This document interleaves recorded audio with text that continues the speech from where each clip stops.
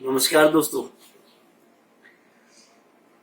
Corona का कहर चारों तरफ है और हम सब लोग आशा करते हैं इस महामारी से जो चाइना ने हमको सबको दी, पूरे देश और दुनिया को उससे उभर रहे हैं, कोशिश कर रहे हैं और युद्ध कर रहे हैं और लड़ रहे हैं।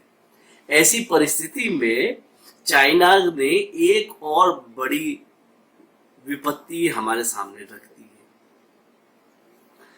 देखिए, ये बात तो क्लियर हो गई है कि चीन द्वारा मैन मेड है ये कोरोना, ये क्लियर है। लेकिन इसके साथ ही उसका विस्तारवादी नीति, दूसरों को दुख देना, दूसरों पर कोई फर्क नहीं पड़ता उस पर कि दूसरों को दुखी हो रहे हैं या नहीं हो रहे, उसे अपने से मतलब है।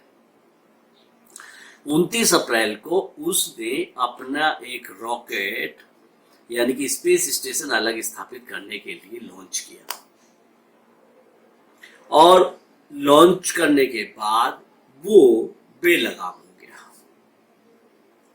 उस स्पेस स्टेशन का नाम है टियानहे, जो कि करीब 100 फीट लंबा और 16 मीटर चौड़ा है, एक रोड की तरह, और 21 टन का वजनी है।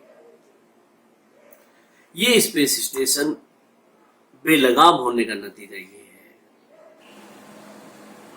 कि अब वो संभावना यह है कि चाइना ने तो हाथ खड़े कर दिए। ऐसे में अमेरिका और नासा उसे ट्रैकिंग कर रहे हैं और ये देखिए ट्रैकिंग करने के बाद इस पर नजर रखी जा रही है। साथ ही संभावना व्यक्त की जा रही है कि 8 तारीख तक ही गिर जाएगा। अगर वो 8 तारीख तक गिरता है तो वो हिमालय के दूसरे वाले पार्ट में गिरेगा। हालांकि अभी ये प्रोडिक्शन बड़ा मुश्किल है करना कि किस तरफ से गिरेगा, किस तरफ से एंटर करेगा और किस तरफ कहाँ जाके गिरेगा। लेकिन जब थोड़ा सा, क्योंकि चाइना के साथ जुड़ा हुआ मामला है और 8 तारीख तक की संभावना है, तो 8 तारीख तक भारत के लिए कोई दिक्कत वाली बात नहीं है। आज 6 तारीख हो गई है, 7, 8 और 9, ये 3 दिन की बात है। अगर 1% अगर इन 3 दिन में हो जाए तो बहुत अच्छी बात है, वेल एंड गुड। भारत उसका कहीं रोल में नहीं आता है। लेकिन यदि 10 तारीख तक यानी कि 9 तारीख तक नहीं गिरता है और 10 तारीख को गिरता है, तो 10 तारीख को अगर मैंने देखा इसका, फिर इसकी पिक्चर्स को देखने की कोशिश किया और समझने की।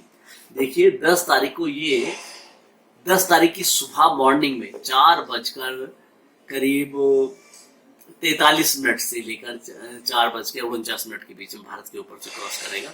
हिमालय के तराई वाले इलाके से छूता हुआ निकल जाएगा, कश्मीर की तरफ से आएगा, उत्तर की तरफ से, और पूर्व की तरफ को वेस्ट बंगाल कलकत्ता के बीच से होता हुआ गुजर जाएगा। यानी कि 10 तारीख को काफी क्लोज में वो गुजरेगा। मेरठ के आसमान से ये दिखाई देगा।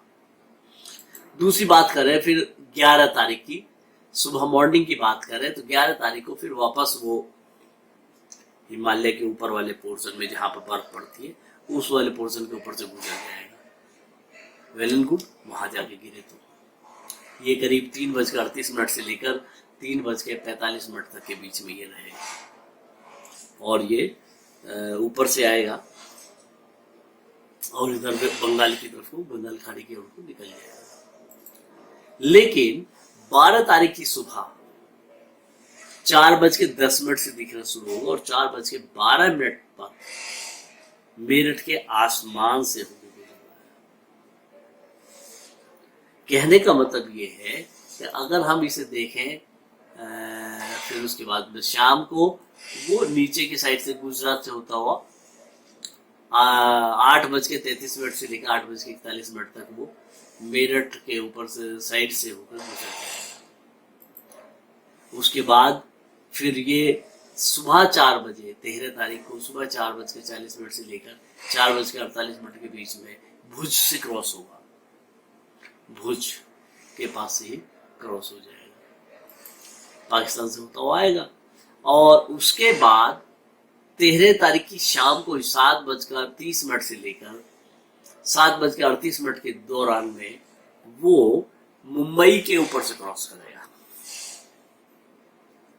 लेकिन मेरठ से आसमान में से गुजरता हुआ वो दिखाई देगा। उसके बाद 14 तारीख को फिर दोबारा मेरठ के आसमान के ऊपर से 8:03 से लेकर 8:10 के बीच में वो 8:09 तक, यानी कि 8:03 से लेकर 9 बजे तक 6 मिनट के अंदर वो भुज से होता हुआ मेरठ होता हुआ निकल जाएगा, चाइना में चला जाएगा।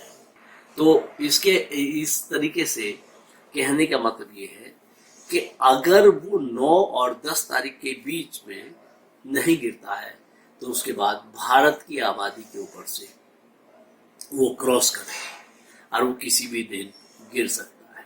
जहाँ तक मेरठ की बात करें, मेरठ 12 तारीख को संभावना है हरियाणा की तरफ से आएगा और मेरठ होता हुआ गुजरेगा, लेकिन सुबह के 4:12 पर। उसी प्रकार से 13 तारीख को मुंबई के ऊपर से गुजर जाएगा, 11 और 12 तारीख को भुज के पास से गुजरेगा।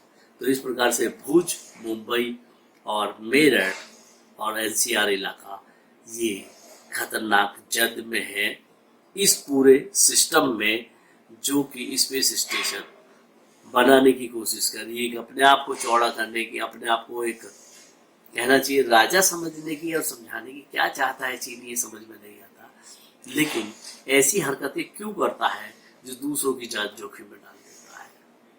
ये घर का वो नालायक बालक है, पृथ्वी एक घर ही है और इस घर का वो नालायक बालक है जो बंदर के उस्तरे के जैसा है।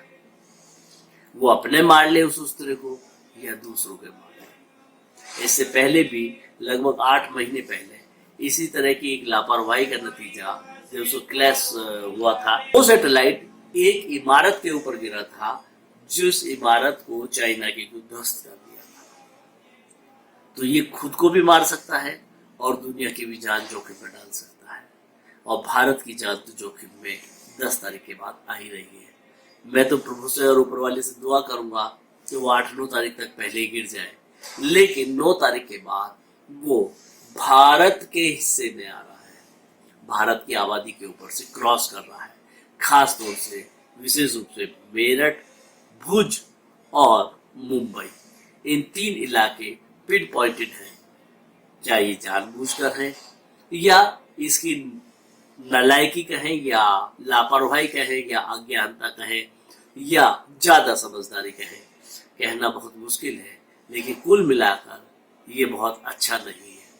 आपको याद हो इससे पहले स्पेस में घटना घटी थी कई साल पूर्व, जब एलॉय स्टील का एक बक्सा गिर गया था और वो नासा ने उसे छुपाया भी था। छुपाना नहीं चाहिए, ये लोग पता नहीं क्यों छुपाते हैं, शायद मार्केटिंग का फंडा है इसलिए छुपाते हैं, बहुत ज्यादा पैसा खर्च करते हैं इसलिए छुपाते हैं चीजों को। तो वो बक्सा फिर बाद में मेरठ के ऊपर से भी गुजरा था और उसको कोई पता नहीं था कहाँ गिरेगा जाके, इसका भी नहीं पता कहाँ गिरेगा जाके, हालांकि वो तो अटलांटिक महासागर में जाके गिर गया था। लेकिन ये तो कुल प्लानिंग नहीं बनाता है चाइना तो। नासा के फिर भी प्लानिंग ऐसी रहती है किसी आबादी पर ना गिरे, लेकिन चाइना की कोई प्लानिंग नहीं रहती है।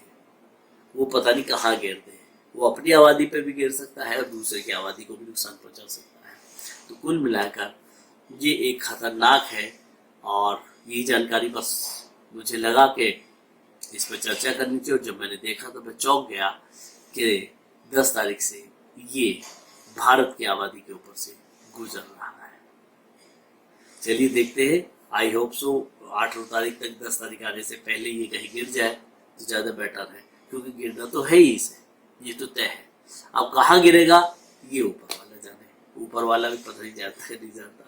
देखिए बहरहाल जो कुछ भी है ये खतरनाक तो है ही, और अपनी आबादी के लिए और ज़्यादा जहाँ भी ये गिरेगा उस समय उसकी स्पीड 30,000 किलोमीटर प्रति घंटा की रफ्तार होगी। और यकीन मानिए जब 30,000 किलोमीटर की रफ्तार से 100 फीट लंबा 16 मीटर चौड़ा एक रोड का हिस्सा एक तरीके से बम कह दिया जाए, वो किसी भी आबादी पर गिर गया तो शहर को मटिया बेट कर देगा, नष्ट कर देगा। इसलिए क्या कहूँगा, सावधान में हम क्या रहेंगे, बस प्रार्थना ही कर सकते हैं कि हे प्रभु ये इंसानों की आबादी को जो जगह है उन्हें बचा दे। Science is a good servant but a bad master. Science एक बैड मास्टर के रूप में यहाँ दिखाई दे रहा है, क्योंकि अब चाइना से हाथ में नहीं है, बेलगाम हो गया है ये। चलिए, आई होप सो देखते हैं आगे क्या होता है, लेकिन बहुत अच्छा होने वाला नहीं है, सुखद नहीं है, दर्दनाक होगा जो भी होगा, ना हो शायद। नमस्कार।